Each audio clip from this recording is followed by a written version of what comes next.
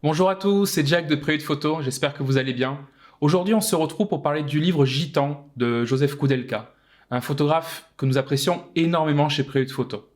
Et même si beaucoup a déjà été dit ou écrit sur le sujet, nous ne voulions pas manquer l'opportunité de partager avec vous quelques grilles de lecture sur cet ouvrage majuscule, l'une des œuvres les plus emblématiques de l'histoire de la photographie. Nous sommes au début des années 60. Koudelka est alors un jeune ingénieur aéronautique qui aime photographier pendant son temps libre. À cette époque, il commence à capturer la vie quotidienne et les événements culturels de sa Tchécoslovaquie natale, et notamment les scènes de théâtre. Cet intérêt le conduit à développer un mode de vie bohème et à se lier d'amitié avec toute une génération d'artistes et d'intellectuels activement engagés. C'est une époque marquée par un désir de changement, d'exploration créative et de remise en question des normes établies.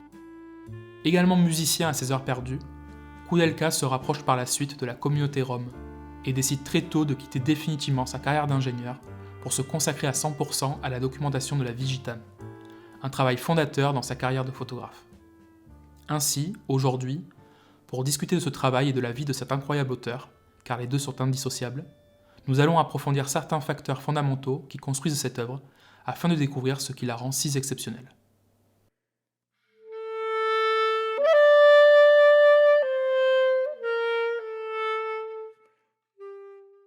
Le premier de ces facteurs que nous allons évoquer est le temps. Joseph Koudelka a réalisé ce travail, Gitan, pendant près de 10 ans, entre 1962 et 1971, ce qui a abouti à une œuvre extrêmement cohérente. Un travail de longue haleine dans lequel Koudelka photographie des communautés de Slovaquie, de Moravie, de Bohême, de Roumanie, de Hongrie, mais aussi de France, d'Espagne et d'Italie. Dès le premier moment, Koudelka a ressenti le besoin de s'engager pleinement dans ce projet et de tout photographier. Le photographe avait alors, et conserve encore aujourd'hui, une conscience aiguë du temps. À travers son œuvre, il nous dévoile un mode de vie aujourd'hui révolu. Lorsqu'il entreprend de saisir le quotidien du peuple rome en Tchécoslovaquie, un programme estatal est alors en cours pour les inciter à s'intégrer à la vie moderne, mettant ainsi en péril leur culture. Koudelka savait qu'il ne pourrait saisir une telle opportunité à nouveau.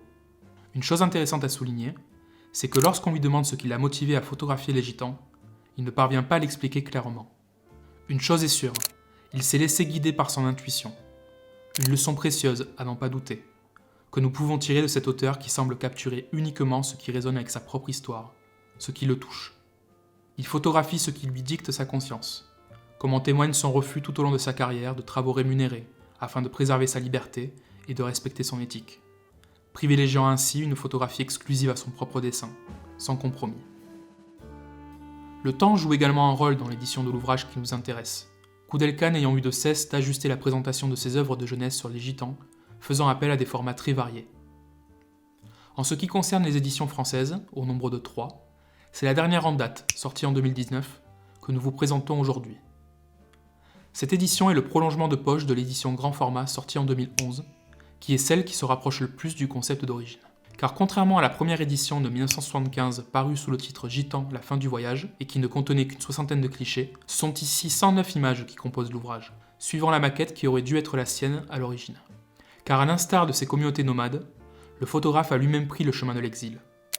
Ce fut peu après avoir documenté l'invasion de Prague par les soviétiques en 1968, alors qu'il était menacé de répression, qu'il fut contraint de quitter son pays et de temporairement abandonner son projet. Finalement publié quelques années plus tard, à la fois chez Aperture aux États-Unis et chez Delpire en France. À chaque édition, Koudelka décide d'apporter des modifications, s'engageant ainsi dans un exercice captivant consistant à revisiter régulièrement ses propres images. Il les examine à nouveau afin de créer de nouveaux sens pour sa propre narration et de proposer une perspective différente.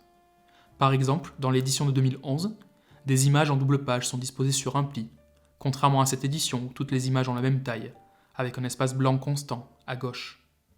Cela nous oblige, tout en nous accordant le temps nécessaire, à observer chaque image individuellement et à déchiffrer le sens de l'orientation, puisque des photos horizontales et verticales sont présentées de manière équivalente. Enfin, la présence de deux textes, l'un en introduction et l'autre en conclusion, pourrait également être interprétée comme une manière de maintenir la continuité du récit et l'immersion du lecteur dans son univers visuel, sans distraction aucune.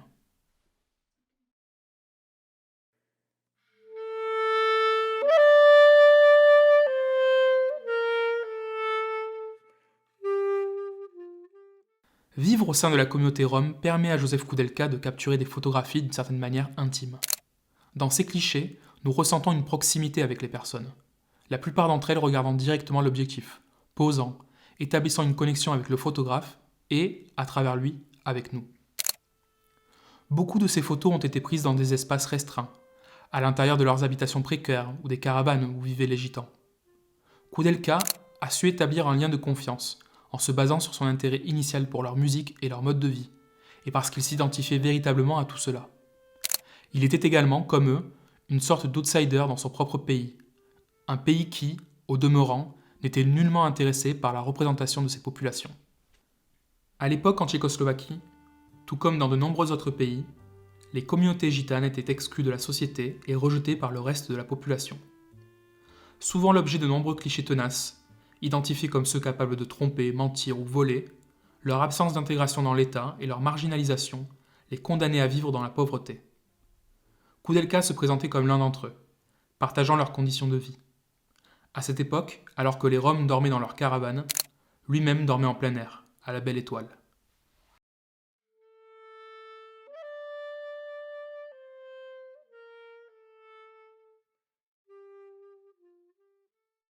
Le théâtre est l'une des caractéristiques majeures de cette œuvre, où Koudelka relie naturellement l'univers musical de ces nomades à son univers visuel.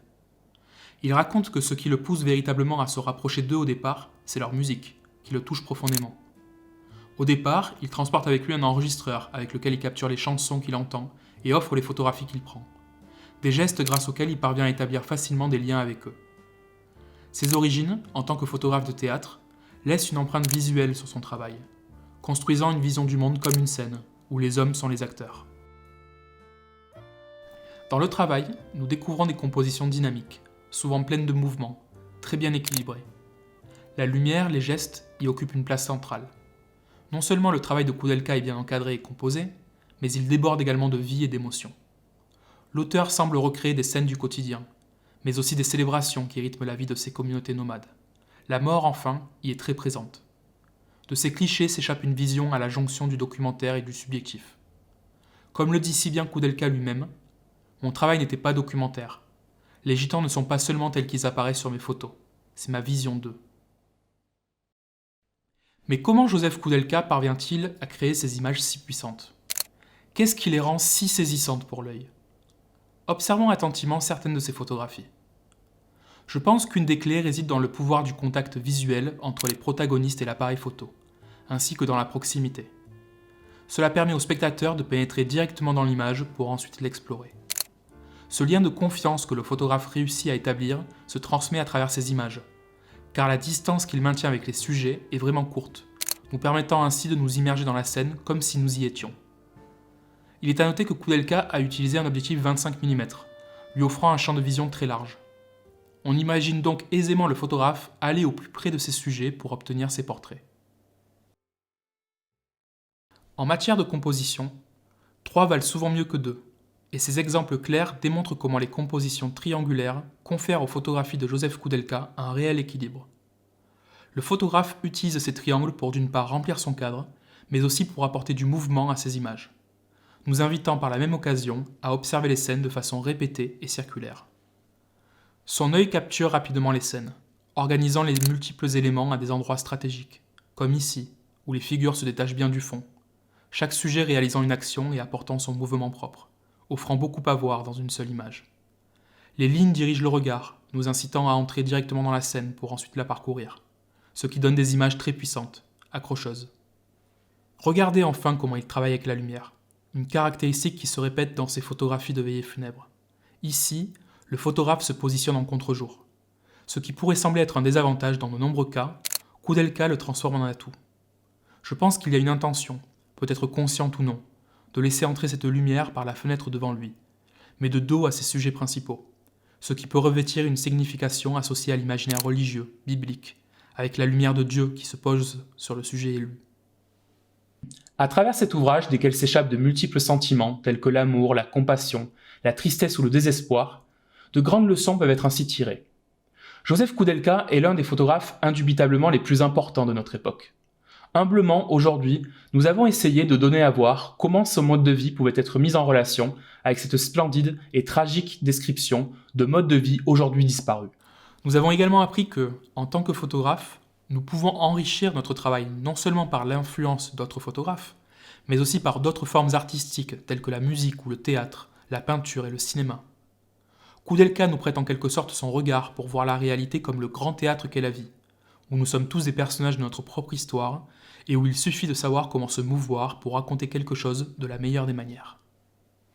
Enfin, Koudelka, à sa manière, nous enseigne ce que nous pourrions appeler une éthique de l'intuition. Poursuivre là où notre conscience nous guide, même si cela implique parfois de transgresser certaines normes sociales imposées. Et surtout, ne pas oublier que la valeur de faire ce que nous aimons ne doit pas être dictée par des considérations économiques, mais surtout par ce qui a de la valeur pour nous. Voilà, c'est tout pour aujourd'hui, j'espère que vous aurez apprécié cette vidéo. N'hésitez pas à nous laisser un commentaire et je vous dis à la prochaine.